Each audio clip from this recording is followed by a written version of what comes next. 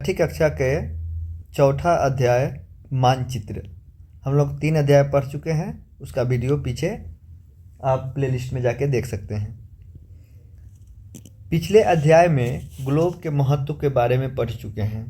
Globe के अध्ययन की कुछ सीमाएं होती है। जब हम पूरी पृथ्वी का अध्ययन करना चाहते हैं तब ग्लोब हमारे लिए काफ़ी उपयोगी साबित होती है।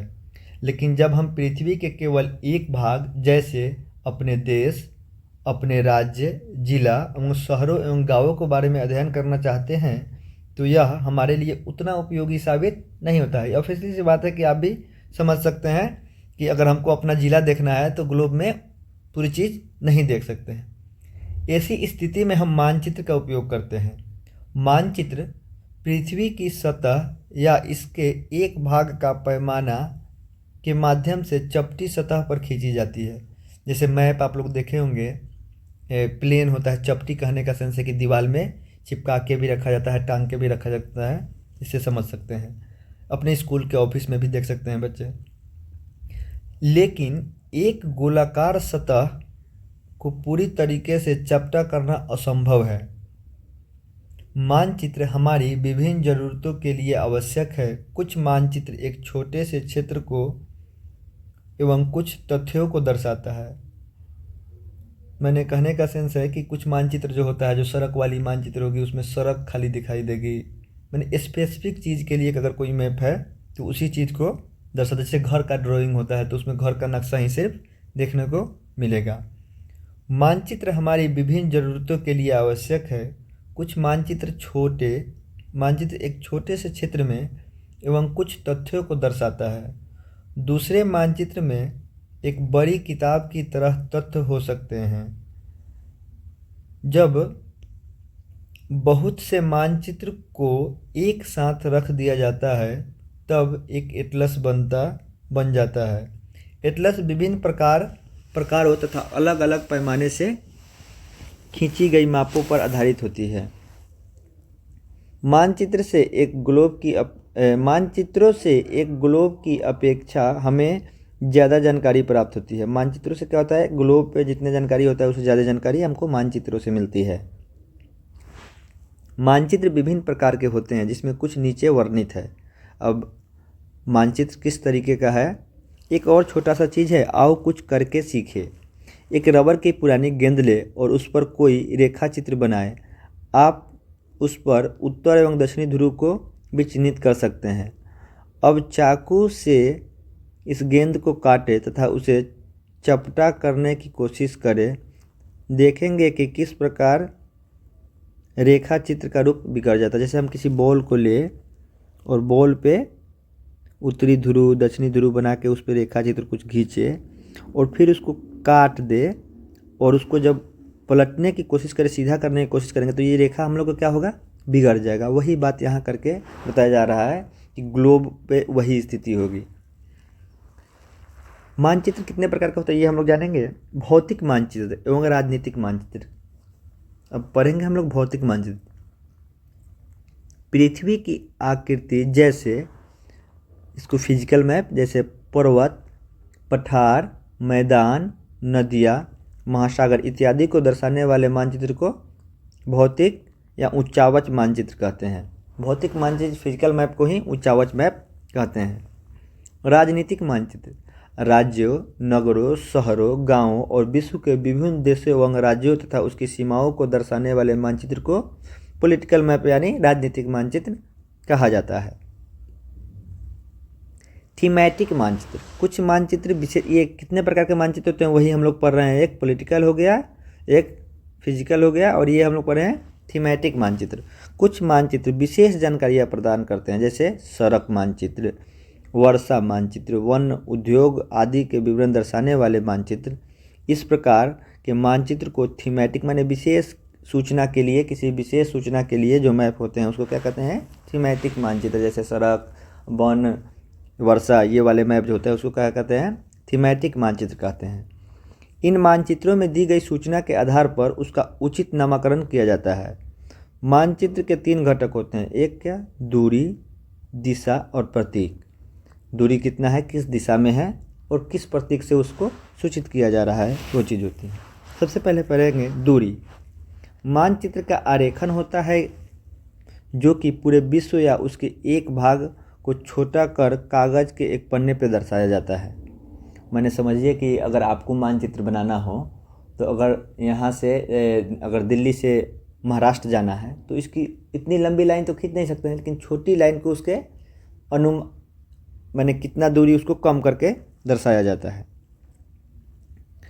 मानचित्र का आरेखन होता है जो कि पूरे विश्व या उसके एक भाग को छोटा कर कागज़ के एक पन्ने पर दर्शाया जाता है, या यह कह सकते हैं कि मानचित्र छोटे पैमाने पर खींचे जाते हैं, लेकिन इसे इतनी सावधानी से छोटा किया जाता है ताकि स्थानों के बीच की दूरी वास्तविक लगे। जैसे किसी मैप में देखिएगा कि एक मीटर में ही पूरा मैप पूरा भारत आ जाता है, तो उसको क्या है कि बिहार से दूरी दिल्ली का, फिर दिल्ली से दूरी महाराष्ट्र का, ये अंतर जो है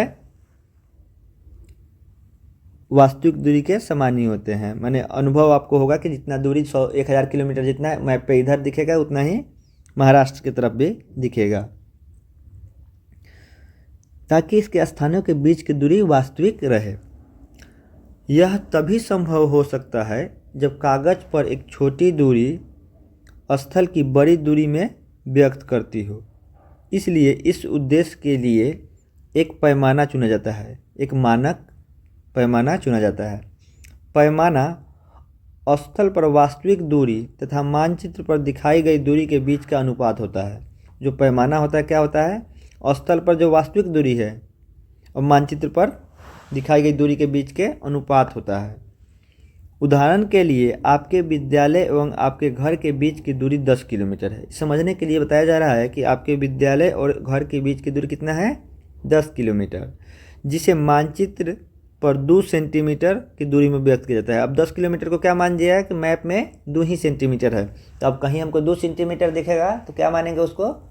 10 किलोमीटर। अगर 4 सेंटीमीटर हो गया तो उसको 20 किलोमीटर मानेंगे। इसका अभिप्राय है कि मानचित्र का 1 सेंटीमीटर 5 किलोमीटर को दर्शाता है। बिल्कुल, आपके रेखा चित्र का पैमाना होगा 1 सेंटीमीटर बराबर कितना? 5 किलोमीटर। इस प्रकार पैमाना किसी मानचित्र के लिए बहुत महत्वपूर्ण होता है। पैमाना किसी मानचित्र के लिए इससे बहुत महत्वपूर्ण होता है। अगर आपको पैमाने की जानकारी है तो आप मानचित्र पर दिए गए किसी 2 स्थानों के बीच की दूरी का पता लगा सकते हैं।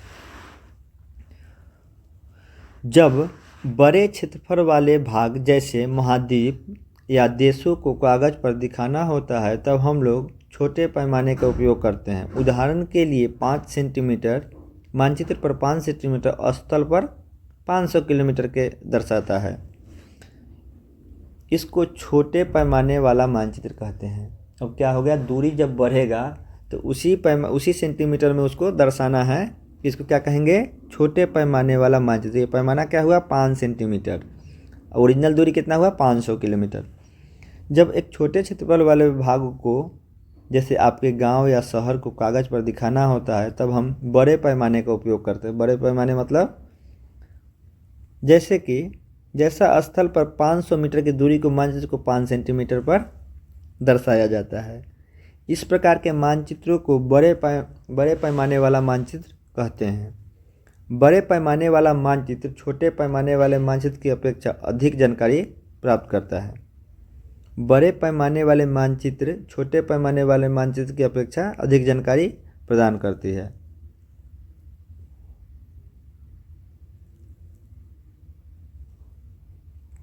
ये बताया गया है मैप को समझाने के लिए, ये डायरेक्शन है। अब दिशा हम लोग कैसे समझेंगे?